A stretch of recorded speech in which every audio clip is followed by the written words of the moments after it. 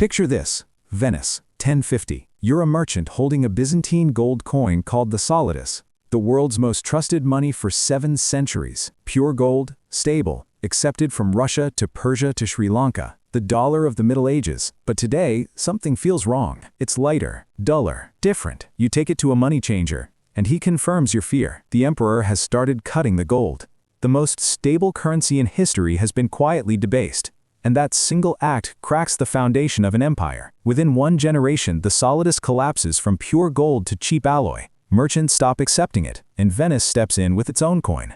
The empire that ruled half the known world begins to fall not to enemies, but to its own deception. The Solidus lost its global status centuries before Constantinople fell. The financial collapse came first, and guaranteed the political one. The money died, and everything else followed. Now look around, because the same pattern, debt rising, money fading, trust breaking, is happening again. Stay until the end, because once you understand how the world's most trusted currency collapsed, you'll see you're living through the same story, just with a different name on the money. To understand how the collapse began, we have to go back 7 centuries earlier, to the moment Emperor Constantine decided to rebuild faith in money.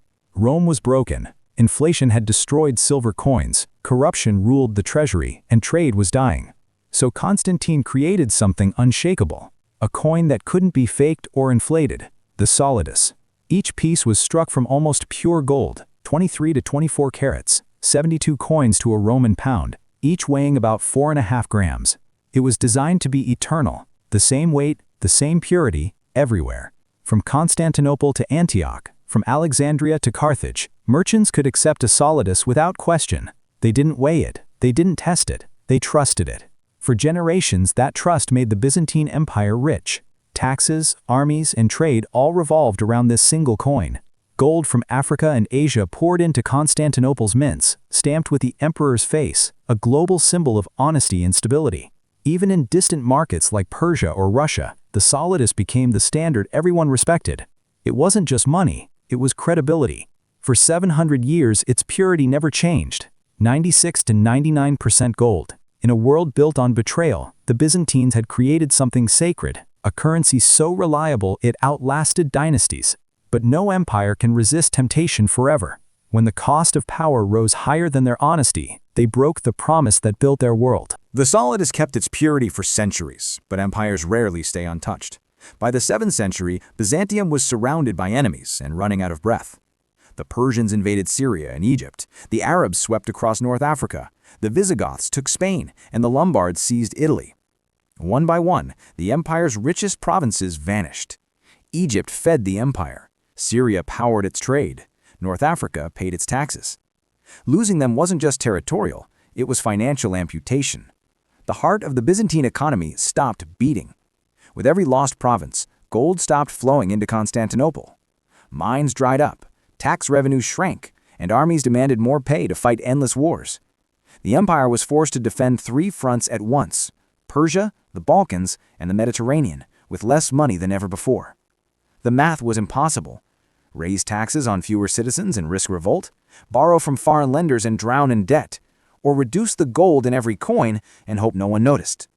They chose the last option, and at first it worked, or seemed to. Soldiers were paid, walls repaired, ships built. The illusion of strength returned, but every illusion comes with a bill.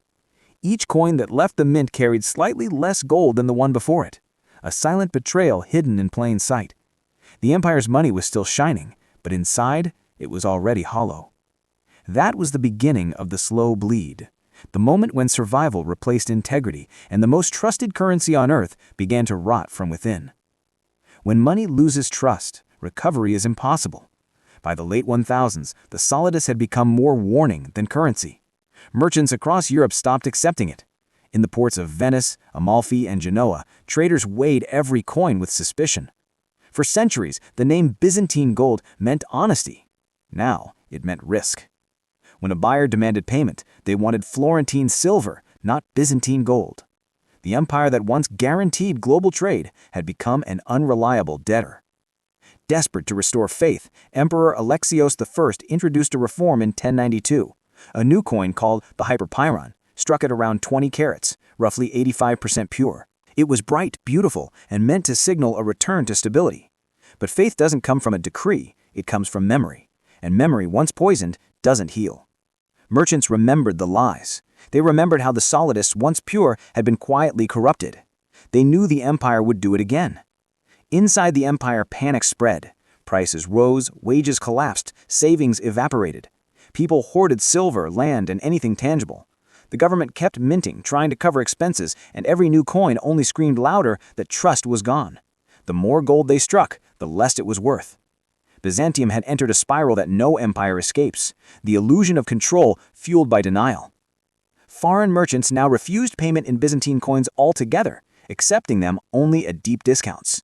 Even allies demanded taxes in foreign currency. And in diplomacy, gold gifts, once a symbol of prestige, became an embarrassment. The Byzantines still had their armies, their walls, and their emperor, but none of it mattered. Their greatest weapon, trust, had been lost forever. And in the world of money, when belief disappears, collapse is no longer a question of if, it's a countdown. By the early 1200s, the Byzantine Empire was still pretending to be rich. The palaces glowed with gold mosaics, the churches shimmered under candlelight, and the coins still bore the image of Christ and the emperor. But behind the shine was emptiness. The treasury was dry, the trade routes were lost, and the once sacred Solidus had become a memory of power that no longer existed. When the Fourth Crusade began in 1204, Constantinople was supposed to be its ally. Instead, it became the target. Venice, drowning in Byzantine debt, redirected the Crusaders toward Constantinople under the guise of collecting payment. What followed was not a crusade, but a crime. The richest city in the world was stripped bare by men who claimed to fight for God. Churches were looted, icons smashed, relics stolen, and centuries of art melted into bullion. The sound of hammers breaking altars replaced hymns. For 3 days, Constantinople burned. Emperor Alexius III fled with 1,000 pounds of gold and a handful of jewels, abandoning his people. The empire's treasury, once overflowing, was now dust and ashes. The Byzantines who survived fled to Nicaea and tried to rebuild from fragments. They minted new coins, but the gold was gone. Even their symbols of power, crowns, crosses, and chalices, had been melted and sold in Venetian markets. The financial heart of the empire had been ripped out by the same merchants who once depended on it. When Constantinople was finally retaken in 1261, the empire was unrecognizable. Its trade dominance was gone, its ports were quiet, and the world had moved on. Venice now ruled the seas, and Byzantine gold no longer meant anything. The sack of 1204 wasn't just the fall of a city, it was the death of trust. The empire never recovered because the world never forgot. From that moment, Byzantium lived on borrowed time, its glory surviving only in art and memory, not in money. While Byzantium was sinking, Venice was rising fast. The same merchants who once bowed to the Solidus were now shaping a new financial world. They had learned the empire's greatest lesson. Money isn't about gold, it's about trust. And trust, once broken, doesn't forgive.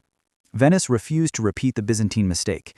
Instead of hiding corruption behind royal decrees, they built a system based on absolute consistency. In 1284, the Great Council of Venice introduced a new coin, the ducat, 3.5 grams of almost perfect gold, 99.47% pure, the cleanest metal medieval alchemy could achieve. The ducat wasn't just currency, it was marketing genius. Every coin carried the image of Saint Mark giving a banner to the Doge, a symbol of honesty, trade, and divine legitimacy. Unlike the emperors of Byzantium, Venice didn't rule through armies, it ruled through reliability. Traders across Europe, North Africa, and the Middle East trusted Venetian coins more than royal promises. Within decades, the ducat replaced the Byzantine hyperpyron as the standard of international trade. It was lighter, simpler, purer, a golden contract between merchants who never met but believed in the same value. Florence followed soon after with the florin, another near-pure coin, but Venice's fleets and discipline made its gold the true global benchmark. The irony was brutal. The very merchants who once carried Byzantine coins now refused to touch them. Venice became what Byzantium once was, the world's clearinghouse of wealth. Banks, ledgers, double-entry accounting all emerged from the same city that watched an empire die from its own greed.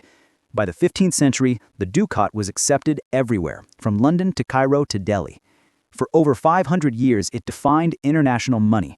Byzantium's legacy of gold lived on, just not under its name. And that's how power always transfers, not with war, but with credibility. When one empire lies, another simply tells the truth, and the world follows the honest one. History doesn't repeat, but it rhymes so perfectly it's hard to ignore. The Byzantine Solidus lost its gold over 80 years, from 24 carats to 8. The US dollar lost its gold in just one decision. In 1971, President Nixon closed the gold window, ending convertibility forever.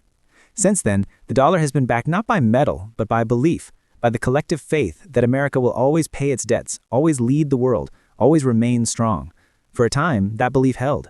After World War II, the US owned 2/3 of the world's gold. Its factories powered the planet. Its currency anchored global trade. The dollar became not just money, but identity. But belief is fragile. Like Byzantium, America began stretching further than its wealth could reach. Endless wars in Vietnam, Iraq, Afghanistan, and beyond drained resources just as Byzantine campaigns once did.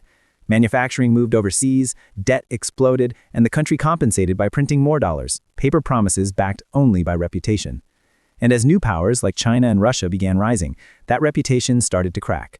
Nations quietly built gold reserves, trade blocs formed around new systems, and the same phrase began echoing in boardrooms worldwide. What if the dollar fails? The parallel is chilling. Byzantium lost its richest provinces, Egypt, Syria, and North Africa, and with them the productive heart of its empire. America lost its factories, its savings culture, and its monopoly on innovation. The Byzantines funded wars through debased coins. America funds its dominance through debt. Both stories followed the same pattern: confidence first, overreach second, collapse third. The Byzantines had 700 years before the fall. The dollar hasn't even reached 100. History may not repeat exactly, but when trust in money fades, the ending never changes. The question isn't if, it's when. Every empire believes its money will last forever, until it doesn't. The Byzantines thought 7 centuries of stability made them immortal. Their gold was so pure, their empire so mighty, that failure seemed impossible. But history doesn't reward arrogance, it punishes it. The Solidus didn't collapse because gold lost value. It collapsed because people lost faith. When trust in money dies, everything built on it, trade, armies, governments, dies with it. At first, the fall is invisible. Numbers rise, markets cheer, everyone feels richer. But beneath the surface, value quietly leaks away. That's what happened in Byzantium, and it's exactly what's happening now. For decades, the US dollar has been the Solidus of the modern world. Stable, global, unquestioned. Yet every new debt ceiling, every round of printed money, every promise to spend what doesn't exist, chips away at the story that keeps it alive. Because that's what money really is, a story. And once people stop believing, no law, no army, no reform can save it. The Byzantines lost their reserve currency status 249 years before their capital fell. 2 centuries of denial couldn't reverse one simple truth: the money died first, and the empire followed. The same pattern has repeated for Rome, for Spain, for Britain, and now the warning lights are flashing again. You can already see the new contenders: China building its trade empire, BRICS pushing gold-backed systems, and nations quietly reducing their dollar reserves. Empires don't fall in explosions, they fade in disbelief. The Byzantines thought they had time. So does America. But history is never kind to those who ignore its rhyme. 700 years of credibility destroyed in one lifetime, that's how fast trust can vanish. And when it does, what follows isn't chaos, it's silence. The silence that comes when the world stops believing in your money.